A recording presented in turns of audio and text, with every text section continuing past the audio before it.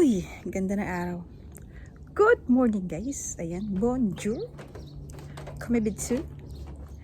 Ayan, ngayong araw magtatanim tayo. So, bali ito yung seed na tinanim ko kahapon. Bali ito ay lettuce. So, ayan, dinidiligan ko siya. Wala pa na nakikitang tubo pero sana tumubo ka na. Hello guys, good morning. Ayan, today is April 24 and i-share ko lang nung Sunday is kumuha po kami ng pre-compost. And shout out nga pala sa family Limwico kasi sa kanila namin nakita yung pre-compost. So bali nagpunta kami nung linggo at nakakuha naman kami. And ayun, napakita ko sa video na nagtanim ako ng lettuce tapos magdadagdag ulit ako later. Ayan. Meron tayong dalawang sa egg shop. Tapos ilalagay natin ito later. Ito yung nabili namin sa farmers market. So yun, first time ko din pumunta sa farmers market. Ayan guys, i-share ko din sa inyo. Next video. Here na guys, dito sa Ambleside.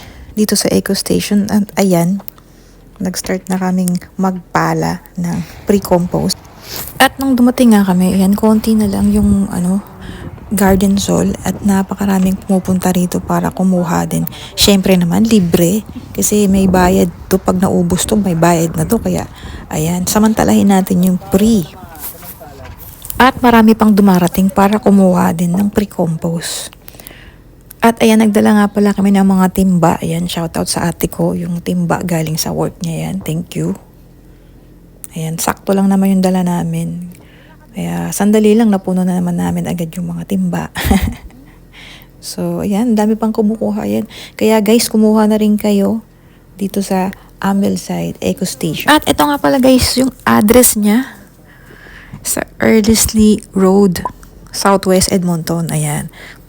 At dito rin pala sa Eco Station, dinadala yung mga garbage dump na tinatawag. Example, yung mga lumang microwave, lumang ref, lumang washing machine. Pag dinala mo dito, may bayad siya. So, yan, interesting din yan. Kaya next time, i-vlog din natin siya. And shout out nga pala kay Carlo, ang aming pilot driver for today. And kasi si Dina ay may lakad. So, si Carlo yung na-recruit naming driver for today. And ayan, nilibre niya kami ng donut.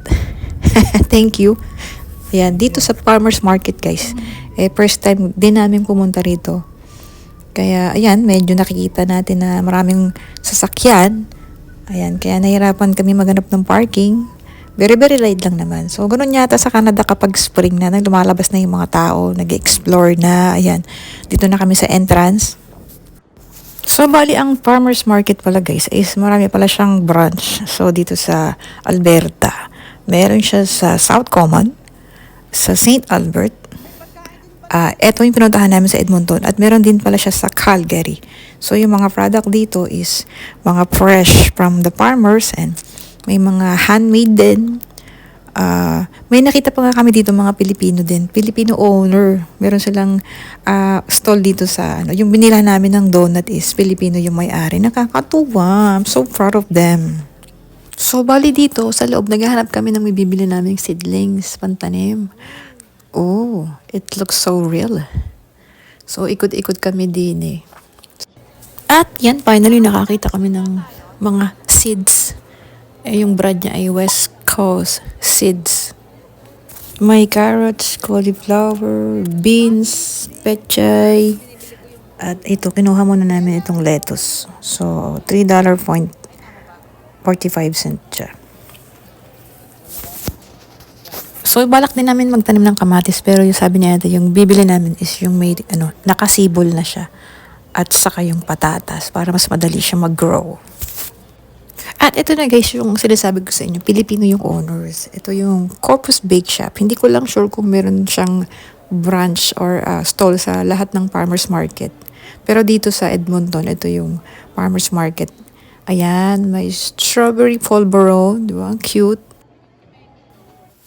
At ito yung pandan flavor. Ba, ang cute.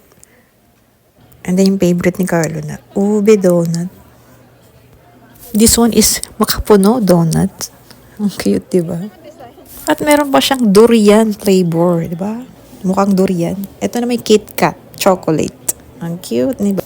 Ang cute ng ano niya, imagination niya sa pagde-design. This one is Oreo donuts. At ito nga pala guys, si Manilyn Corpus. Siya po yung owner. Ayan, 14 years baker. Ayan, kung mapapadaan po kayo dito. Try niyo po yung donut niya. Masarap. At yan, dito na po kami sa house. Ayan, ito na po yung nakuha naming mga garden soil. And maraming salamat ulit sa family Limoyko. Tama po ba pronounce? Limoyko. Limoyko. At meron din po silang YouTube channel. Pwede nyo rin po silang puntahan. At sila din po ay nagtatanim katulad namin. Kaya very thankful po kami na nakita namin yung vlog nila about sa pre-compost dito sa Alberta. Ayan, kung I think meron pa naman pong compost dun kasi may nakita pa kaming nakareservang lupa dun sa loob ng eco station. So ayan, bali dito muna namin nilagay. Dito sa garage. Ayan, nakakatuwa. Makalibre kami ng compost. Kasi pag binili yan, nasa $3 din yata. And ito yung continuation ng aming project. Ito yung isa sa mga lalagyan ng garden soil. Lettuce yata or ilalagay namin dito. Ayan, project ni Tito Don. So, kinakalas niya yung lumang hagdan. So, sa next video, papakita natin yung finished product. So, ayan na guys. Maraming salamat ulit sa family Limoy ko. Akala ko kasi dati Limoy ko. So, Limoy ko pala. And sobrang salamat po. Pwede nyo rin po sila i-subscribe sa kanilang YouTube channel. Dito rin po sila sa Edmonton. Galing sila sa Newfoundland Labrador. And marami din po silang interest. Check nyo po yung channel nila. And if you want, you can subscribe them. Ayan, maraming salamat sa panonood. Ayan. Update po namin kayo sa mga susunod naming tanim dito sa ating maliit na backyard. And maraming salamat sa panonood and see you to my next me.